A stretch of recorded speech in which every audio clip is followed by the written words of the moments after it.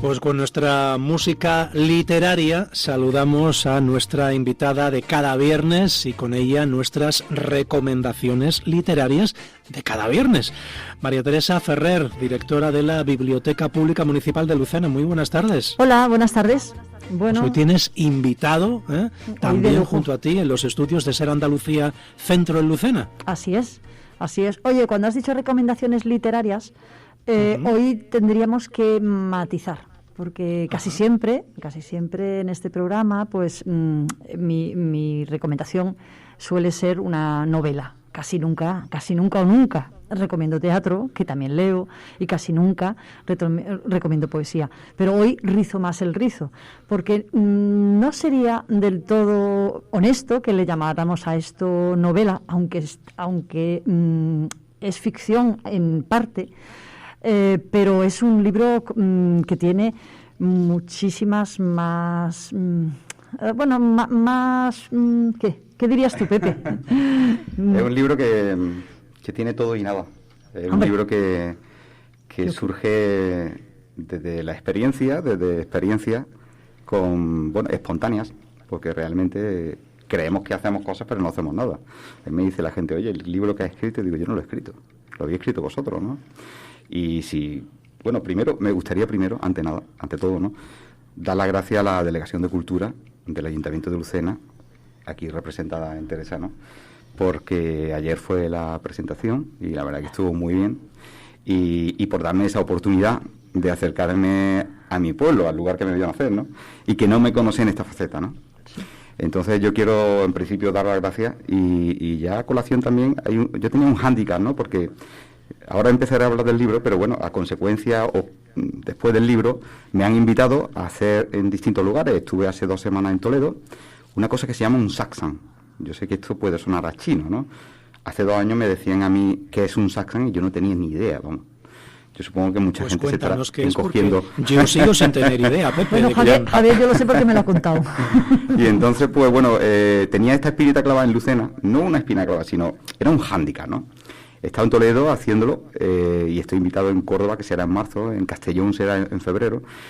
Pero esto era un hándicap especial y perdonad que repita la palabra, ¿no?, porque hay un dicho, siempre se ha dicho que nadie es profeta en su tierra.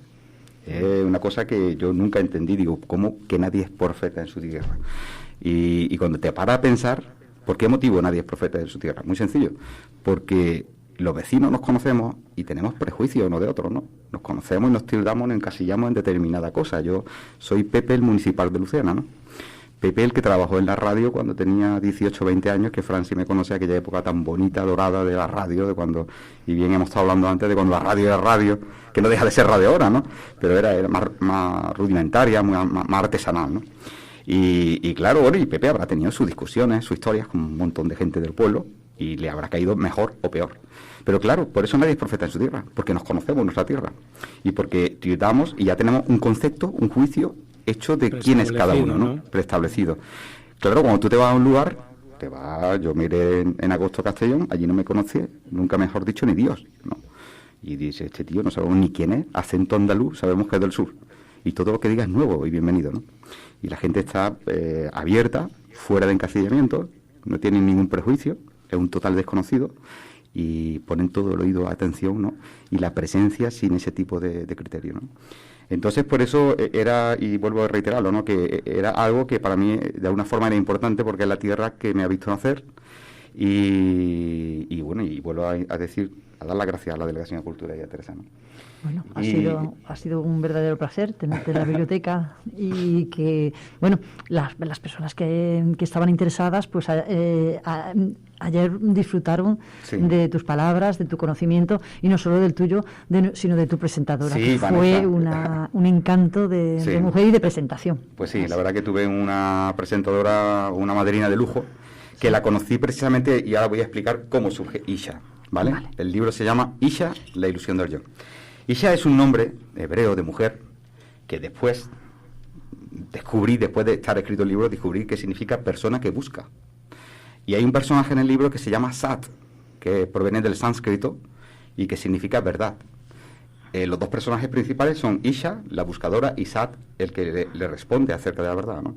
Y esto es un satsang. Un satsang es cuando dijo Jesús de Nazaret, donde haya dos o más en mi nombre, ahí en medio estaré yo.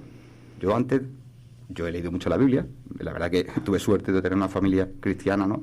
Y de empezar a balbucear con la Biblia en la mano, ¿no? Y yo, aquel pasaje, por ejemplo, yo decía, bueno, porque decía Jesús donde haya dos o más en mi nombre y no dijo donde haya uno o dos en mi nombre. Ese uno, ¿por qué? Luego, con el tiempo, lo vas descubriendo, ¿no? Y se refiere a que la retroalimentación se produce a partir de dos personas, ¿no? En definitiva, un satsang, que es una persona que pregunta y otra que responde, es muy sencillo, no es que el otro sepa más que el otro, es que uno habla a sí mismo y se responde a sí mismo. Tú, Francis, que está ahí frente a mí, tú y yo podemos tener una conversación, ¿no? Y tú estás como el torero, metido ahí en la faena, con el toro enfrente, nada más que ves cuernos y 500 kilos de toro. Pero yo estoy en la barrera, yo lo veo distinto. Yo veo los flecos que tiene descubiertos, ¿no? Sé el miedo que tiene y sé la situación en la cual está. De todas formas, o sea, lo que yo te diga a ti me estoy respondiendo a mí.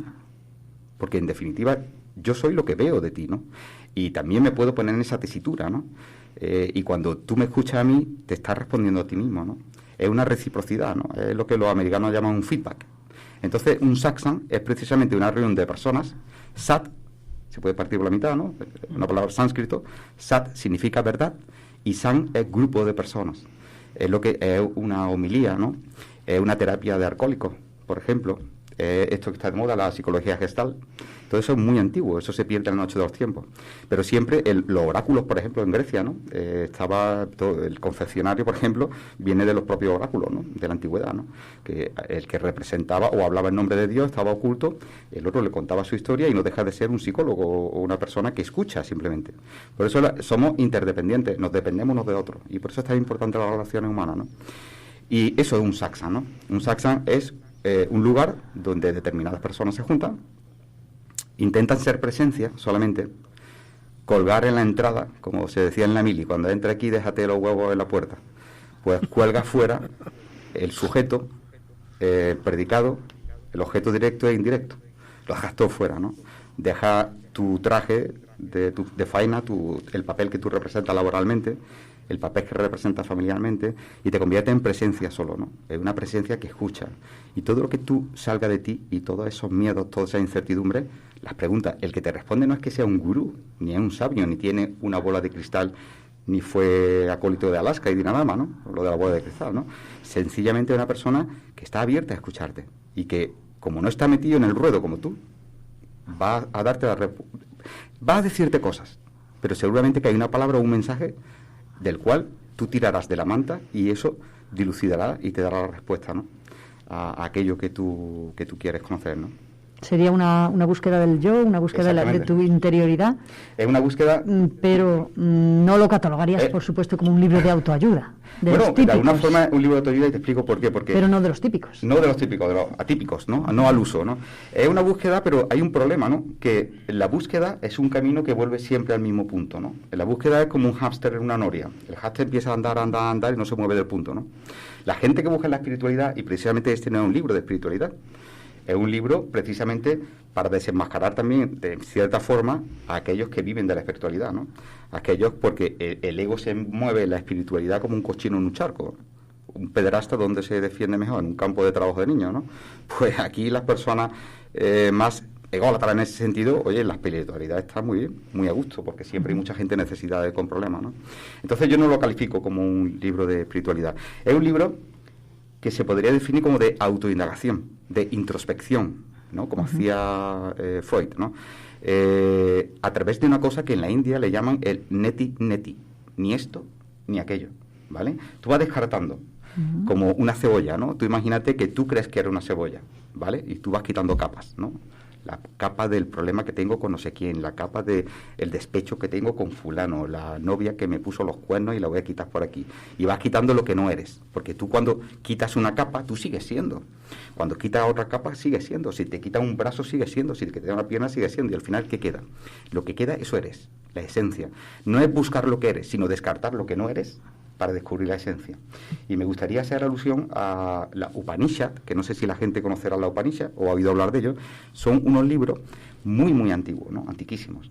escrito en sánscrito. La primera parte son rituales, cánticos y demás, pero hay una parte final que se llama Vedanta. Y el Vedanta precisamente es el camino hacia el conocimiento de sí, o del sí mismo, ¿no? El sí mismo es lo que ellos le llamarían como Dios, ¿no? O lo absoluto, ¿no? Y dentro del Vedanta se desarrollan distintas ramas, y una es el Advaita. Entonces yo lo que escribo es Advaita, que es no dualidad. Advaita significa no dos. Bueno, cuando yo empecé a escribir Advaita, yo no sabía que escribía Advaita, hasta que alguien me dijo, oye, ¿tú escribes Advaita y haces satsang sin saberlo? ¿O es que has aprendido en algún lugar? Digo, no, mira, ni sé lo que es Advaita, ni sé lo que es un satsang. Y tuve que ir a la Wikipedia a ver lo que yo hacía, porque no sabía lo que hacía. Y quería explicar este pasaje de la Upanishad, que dice que había un padre que el hijo, le pidió para ir a estudiar, ¿no? Y a aprender del mundo y de la vida, ¿no? Entonces el hijo, el padre, evidentemente, como buen padre, que yo tengo una hija y vosotros tenéis hijos, ¿no? Pues dice, evidentemente, te va a la universidad, y le dio el dinero y se fue, ¿no? Volvió al cabo de los años y dice, padre, por fin ya he acabado mi estudio, ¿no? Y le dice el padre, bueno, ¿y qué has aprendido? Dice, pues mira, he aprendido matemáticas, física, ciencia, de todo, ¿no? Dice, ¿te han explicado quién eres tú? Y dice el niño, ¿quién soy yo? Dice, sí, o sea, tú has estado 4 años y no sabes quién eres tú. Y dice, pues no, padre, no, ¿me lo puede usted explicar? Y se queda mirando al niño y mira y dice, ¿tú ves allí el fondo de aquella higuera? Dice, sí. Dice, pues acércate y trae un higo. Fue el niño, trajo un higo. Dice, ¿qué hago, padre? Corta el higo con un cuchillo que hay debajo de la mesa. Coge el cuchillo, lo corta por la mitad, abre el higo. Dice, ahora, ¿ves esas pequeñas semillas? Coge una, quita con mucho cuidado la semilla, dice, en ese cajón hay un Victory, ábrelo. Coge el Victory y dice, abre la semilla, la abre, a duras penas se podía ver, dice, ¿qué hay dentro? Dice, dentro no hay nada, está vacía. Dice, pues de ese vacío procede aquella higuera, que da alimento a los pájaros, cobijo a los animales, que nos da sombra a nosotros en verano. Eso eres tú, el vacío de la semilla que todo lo engendra. De ahí procedes. Eso es lo absoluto. No un Dios conceptual, no un Dios hecho al uso o al interés del propio humano, ¿no? Porque si hubiera un Dios cuantitativamente sería mosquito, ¿no? Porque es lo que hay, ¿no? No sería un Dios humano sentado en un sillón, ¿no? Entonces, ¿qué ocurre? Que el Dios que creemos o que hemos creído es un Dios hecho al deseo del propio ego, ¿no?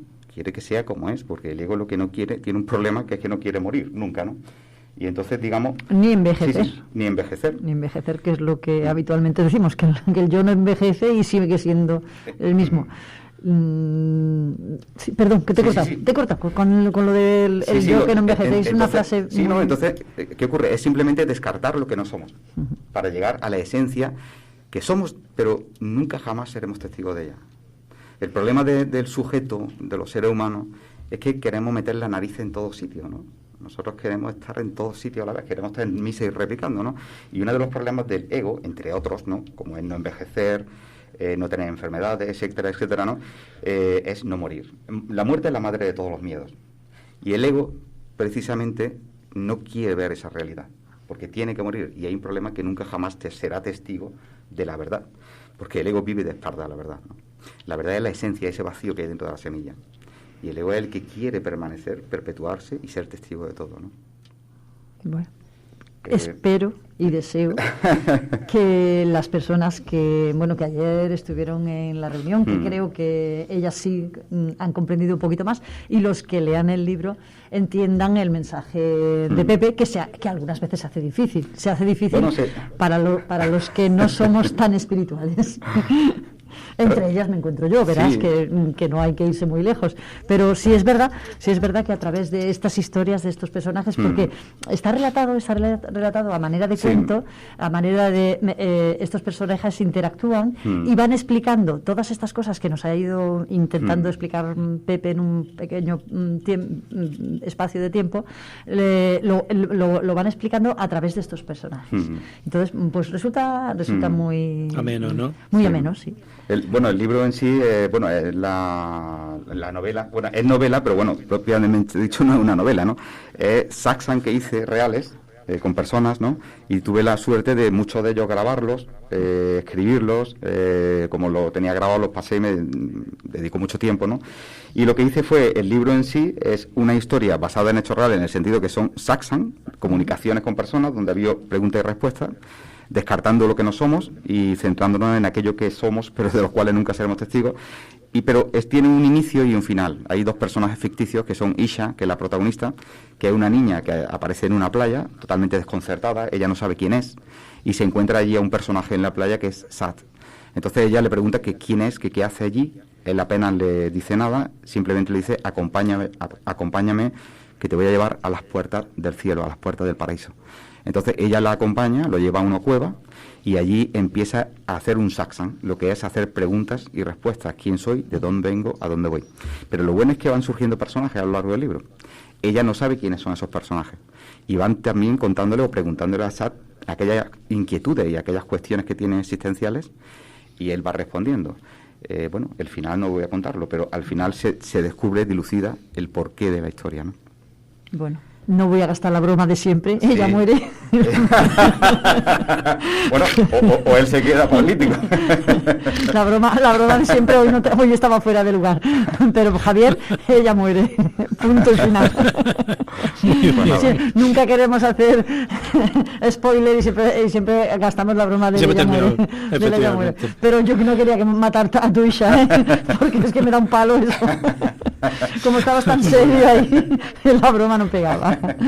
Bueno, pues Javier, con este libro, que es distinto a los que habitualmente tratamos y dialogamos, pues bueno, espero que... también es interesante hablar de todo ello. Por supuesto que sí.